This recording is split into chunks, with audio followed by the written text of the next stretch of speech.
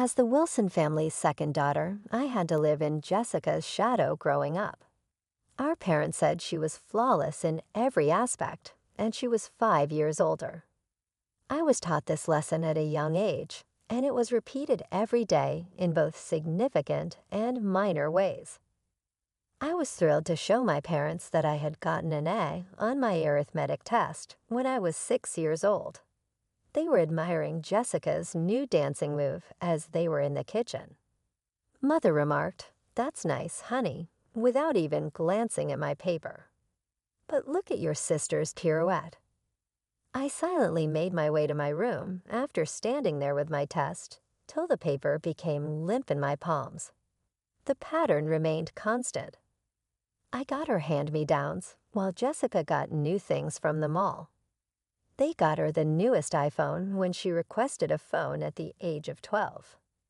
I was told to be thankful when I received Jessica's old flip phone on my 12th birthday.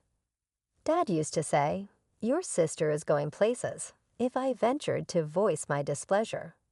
She needs these things for her future. My future didn't seem to require much investment. The same material was used to make our paternal grandparents, who had a swimming pool and a well-kept lawn in a posh area of town. Grandma Margaret always greeted Jessica with big hugs and enthusiastic squeals when we came, while I received a distracted pat on the head.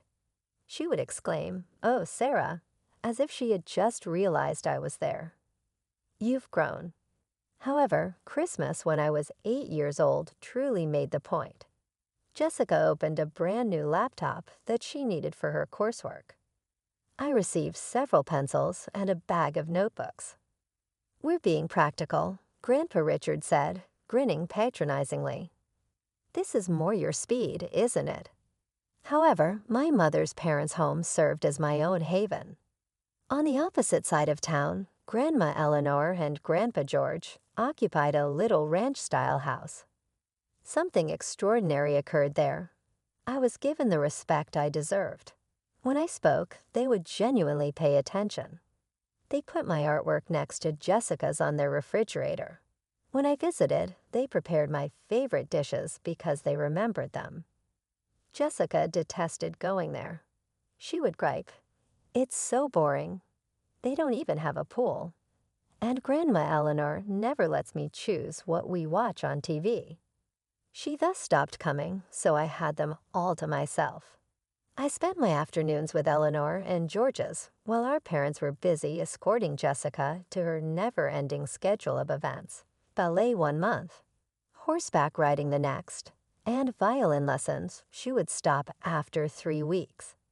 They helped me with my homework, showed me how to bake cookies, and never once made comparisons between me and my sister. My parents made the ultimate decision on my value to the family when I was 10 years old. In what they referred to as a family meeting, the sentencing was set long before the trial even started, yet it seemed more like a trial. It was an October Sunday afternoon. The 6 of us sat down in our living room, Jessica and I sitting on chairs we had brought in from the dining room, both sets of grandparents on the matching sofas, and Mom and Dad standing by the fireplace. The air was thick with artificial significance. Dad started off by saying, "We need to discuss something serious," with his hands clenched behind his back like a CEO announcing layoffs. As you know, college education isn't getting any cheaper. I saw Jessica sit up straight in her chair and brush her flawless blonde hair. She was already rehearsing her future college student posture at the age of 15. I already knew where this was headed, so I sat still with my hands folded in my lap. Mom went on, looking at Jessica. "We've been saving since the girls were born. But with the current economy, well, we can only afford to send one of them to college." The subsequent delay was only for theatrical effect, similar to how TV shows create tension before revealing the clear winner, and it wasn't actually a pause at all. "Jessica will be starting college in 3 years," Dad declared. "She has demonstrated exceptional talent in a wide range of fields. We must encourage her to reach her full potential." He then turned to face me, his face displaying a mixture of contempt and phony pity. "Sarah, you're unique, my dear. You are more equipped for hands-on work. College isn't actually necessary for you." Dad's mother, Grandma Margaret, gave a hearty nod. The woman said, "Jessica is so gifted. She possessed natural elegance, according to her dancing instructor only last week. She must have the greatest education available." As I sat there, I felt less and less like Jessica, not gifted enough, not valuable enough to invest in. Now the well-known statement has just been formally sealed and stamped. But then something unexpected happened. Grandpa George stood up, his face red with anger. "This is absolutely unfair," he declared. "How dare you write off a 10-year-old child like this?" George, my father, started, but Grandma Eleanor cut him off. "If you won't support both your daughters equally," she said, her voice sharp as ice, "then we'll pay for Sarah's college ourselves." I watched as my maternal grandparents stood up together, a united front. "Sarah will have her chance at college," Grandma Eleanor announced. "We'll make sure of that." Then they walked out, leaving a stunned silence behind. Later that night, I was heading to the kitchen for water when I heard my parents talking in their bedroom. The heating vent carried their words clearly up to the hallway. "Mother's being ridiculous," Mom was saying. "Sarah's not college material. She can barely keep up in regular classes. They should give us that money for Jessica's education instead. It would be wasted on Sarah. She's just not bright enough." "I don't know why they're pushing this," Dad agreed. I stood there in the dark hallway, their words washing over me like a familiar bit of rain. But somehow, it didn't hurt as much as it should have. Maybe because I'd heard it all before, or maybe because I could still hear Grandma Eleanor's fierce promise echoing in my head. The years passed, and Jessica went off to an expensive private college while I finished high school. My parents never missed a chance to brag about their perfect daughter, constantly updating everyone about Jessica's amazing college experience, her excellent grades, and her bright future ahead. I focused on my own studies, spending most of my time at Grandma Eleanor and Grandpa George's house. Their quiet support meant more than all my parents' loud praise of Jessica ever could. Then came the day that shattered my parents' perfect vision of their golden child. I was in my senior year when Jessica came home from college, fresh from graduation. I was doing homework at the kitchen table when she burst through the front door, mascara running down her face. "Mom, Dad," she sobbed. "I'm pregnant." The silence that followed was deafening. Mom dropped her coffee mug, dark liquid spreading across the kitchen floor. "Who's the father?" Dad finally asked, his voice barely a whisper. Jessica's next words sent Mom collapsing into a chair. "I don't know for sure." I watched my parents' faces as their perfect world crumbled, but it took them less than 5 minutes to reconstruct it. "Oh, sweetie," Mom rushed to hug Jessica. "It's not your fault. These things happen." "We'll help you raise the baby," Dad added quickly. "You can stay here with us." I couldn't believe what I was hearing. "Are you serious?" I said from my spot at the table. "She parties her way through college, gets pregnant, doesn't even know who the father is, and you're still making excuses for her." "Sarah," Mom snapped. "No, listen," I continued, years of frustration finally boiling over. "This is what happens when you spoil someone their entire life, when you never make them face consequences." "How dare you?" Dad thundered. "Your sister is going through a difficult time, and you're being cruel." Jessica burst into fresh tears, and Mom wrapped her arms around her protectively. "Get out," she screamed at me. "You heartless little." I didn't wait to hear the rest. I ran upstairs, threw some clothes into a bag, and walked out. Behind me, I could hear them consoling Jessica, telling her everything would be okay, that none of this was her fault. Grandma Eleanor and Grandpa George took me in without question. I finished my senior year living with them, focusing on my college applications. My parents didn't call, didn't check on me, didn't even show up at my graduation. But I had my real family there, my grandparents, beaming with pride.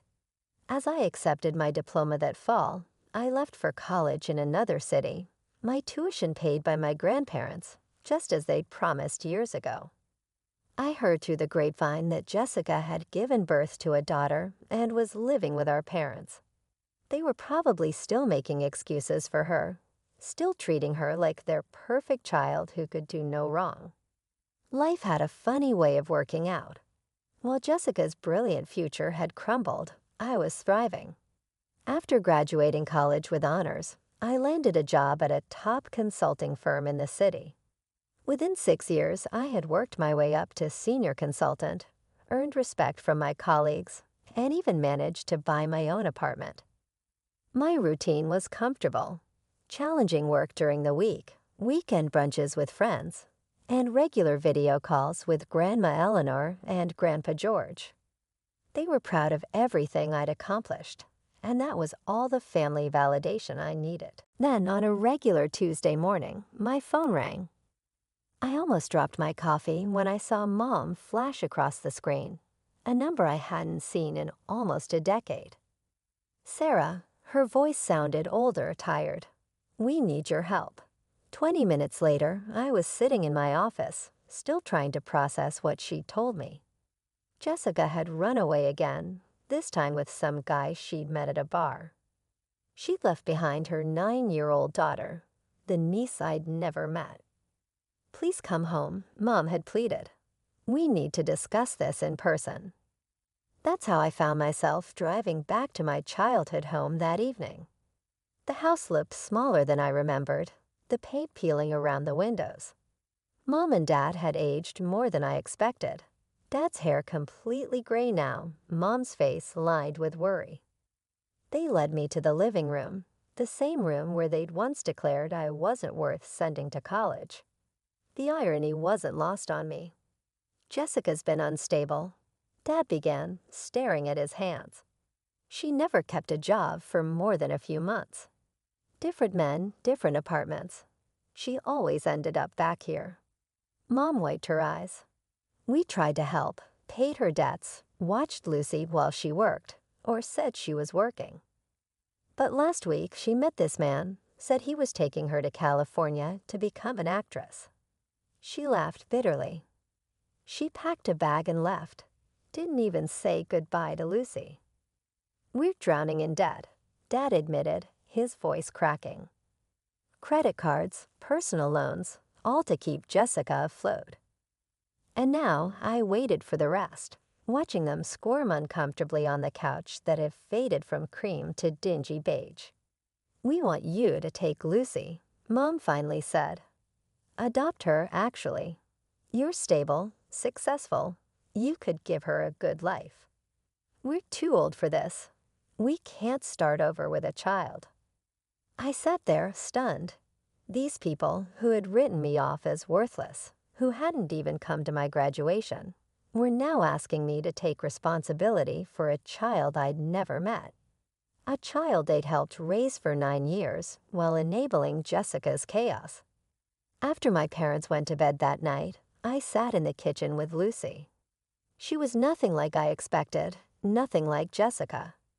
While my sister had been loud and demanding, Lucy was quiet and thoughtful, with serious brown eyes and a gentle smile. Do you like to read? I asked, noticing a worn copy of Harry Potter on the kitchen counter. I love it, she said softly, but Grandma says I read too much. She says I should do something useful instead. Over cups of hot chocolate, Lucy slowly opened up. She told me about her life with my parents, how Grandma sighed heavily whenever she had to make Lucy dinner, how Grandpa complained about the cost of her school supplies. They didn't hit her or starve her, but their resentment was palpable in every interaction. I spent the next week taking time off work, getting to know my niece. We went for ice cream, visited the local library, and talked about everything and nothing. Lucy was smart, kind, and remarkably resilient despite everything she'd been through. She showed me her Strata report cards that no one had ever celebrated, her artwork that never made it to the fridge. The decision to adopt her wasn't easy. I had a career, a life I'd built carefully from scratch. But watching Lucy try to make herself smaller, quieter, less troublesome, just as I had at her age, made the choice clear. The legal process was exhausting. For months, I gathered documentation, my financial records, character references, proof of stable employment. Jessica didn't contest the termination of her parental rights, didn't even show up for the hearing. Finally, after what felt like endless paperwork and interviews, I became Lucy's legal guardian. The day we packed up her room at my parents' house, they barely looked up from their TV show. "Don't forget to forward her school records," was all Mom said.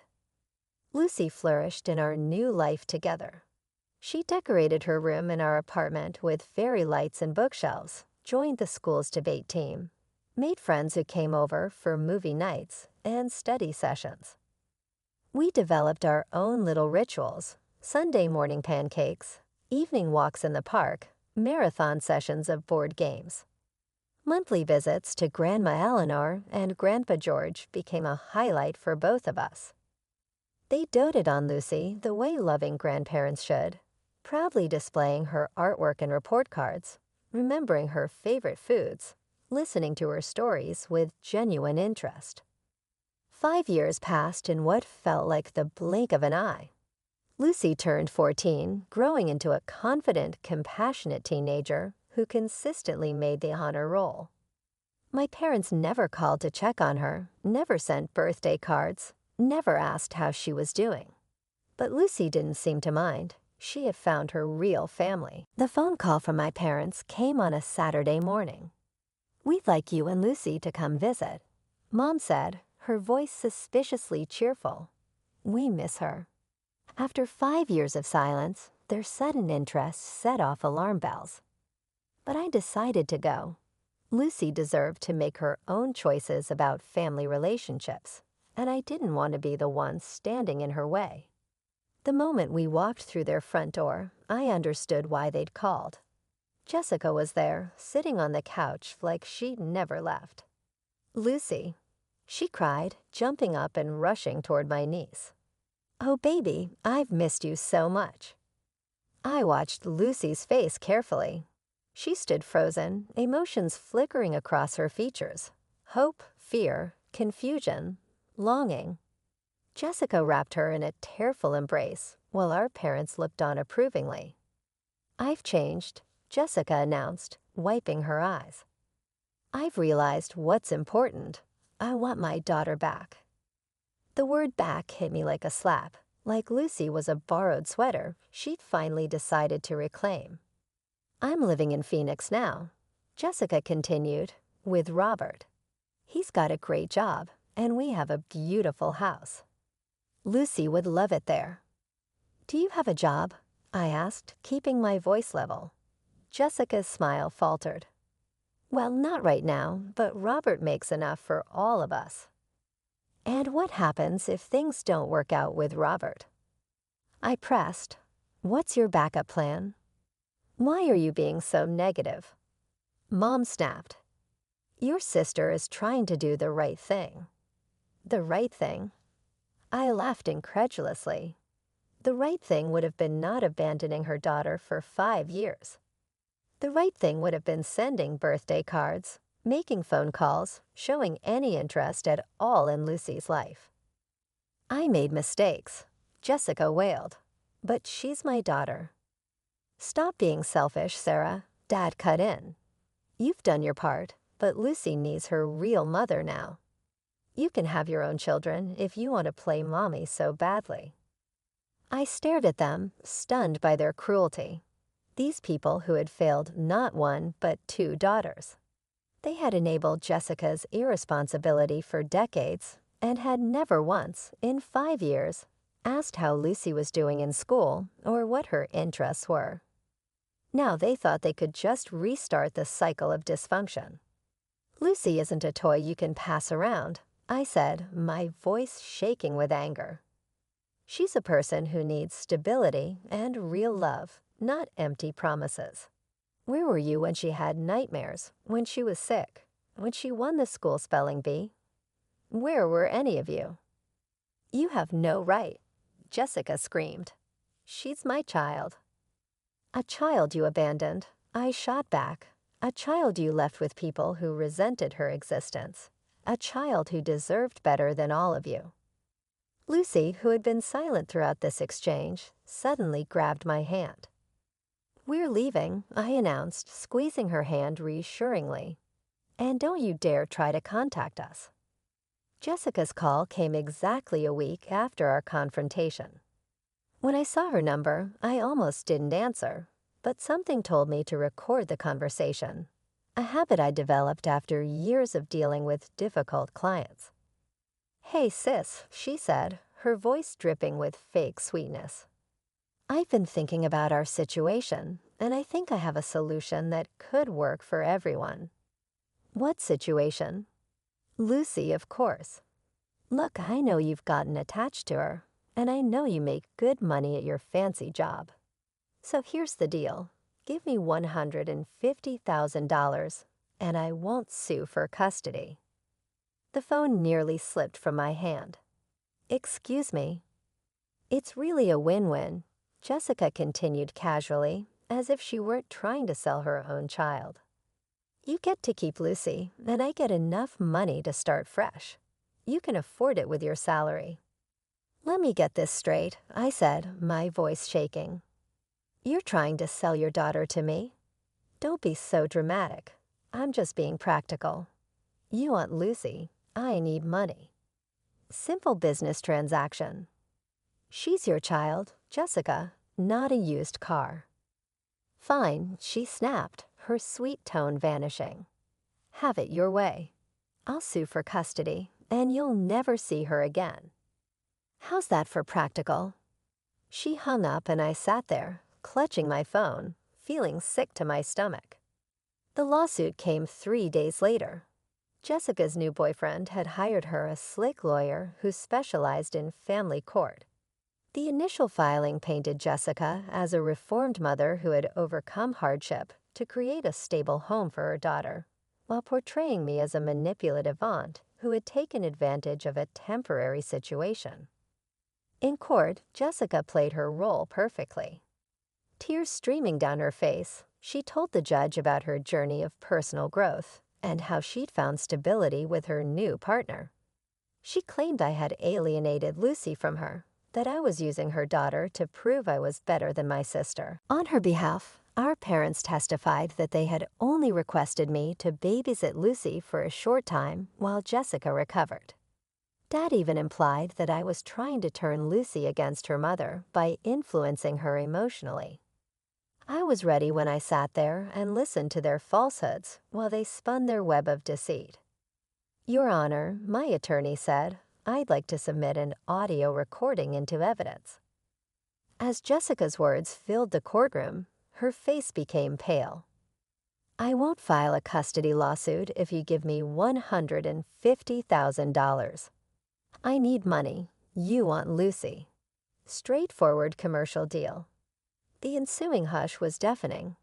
Jessica's attorney stumbled and attempted to protest, but the harm was already done.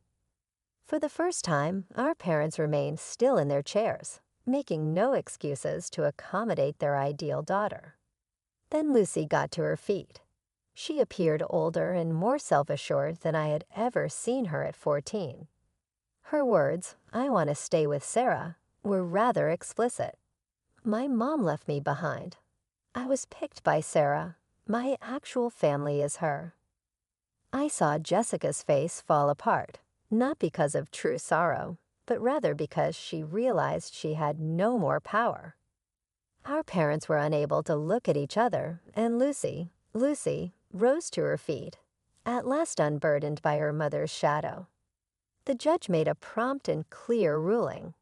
I was granted complete custody of Lucy, and Jessica was prohibited from communicating with her daughter at all. Her effort to sell custody was deemed morally reprehensible by the court, who also said it was an obvious sign that she was unable to be a parent. As the decision was read, I saw Jessica sob in her chair. Without saying a word, her boyfriend, who had been seated in the rear of the courtroom, got up and left. I then learned that he had left her that same day because he was repulsed by her effort to sell her own child.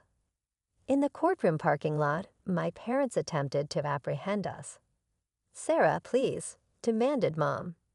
"We can work this out as a family." I gave them one final glance. "Relatives, neither of us has considered you family in years. What you did to me and what you let Jessica to do to Lucy is not fair." Dad insisted, "But where will Jessica go?" Robert abandoned her. There was no comedy in my laughter. Obviously, I'm still concerned about Jessica. There are certain things that never change. Jessica returned to her original residence with our parents. The golden child is still being pampered, forgiven, and not maturing. This time, however, she had lost something priceless as a result of her mistakes. Life continued. As though the burden of doubt had finally been removed, Lucy flung herself back into her studies with newfound vigor. She began taking photography classes, joined the school newspaper team, and expressed interest in pursuing a college degree in journalism. As we were preparing supper one evening, she asked, "You know what's funny?" Because my mother kept departing, I believed for years that I was flawed. However, I now see that she was the issue. She was only capable of loving herself. In awe of her knowledge, I gave her a firm hug. "You're the strongest person I know, kiddo." Grandpa George and Grandma Eleanor continued to be our pillars of support. At their home, Sundays became a revered custom. They preserved newspaper clippings of every item Lucy wrote for the school paper, boasted to their friends about her accomplishments, and proudly hung her photographs in their living room. Grandma Eleanor once told me, "You two saved each other," as we watched Lucy teach Grandpa George how to operate his new digital camera. "Just like George and I tried to save you." She was correct. I had discovered the family I had always desired, not the one I was born into, but the one we chose together, while attempting to give Lucy the upbringing I was never able to have. I still sometimes receive texts from my parents about Jessica's most recent drama, but I choose to ignore them. Lucy said she prefers it that way and hasn't spoken to her mother since the court battle. After burning, certain bridges ought to remain ashes. Lucy took first place in a student journalism competition held around the state last week. I reflected on the fearful 9-year-old child I had met years before and the self-assured adolescent she had grown into as I watched her get her prize. I reflected on broken cycles, healed wounds, and unrestricted love.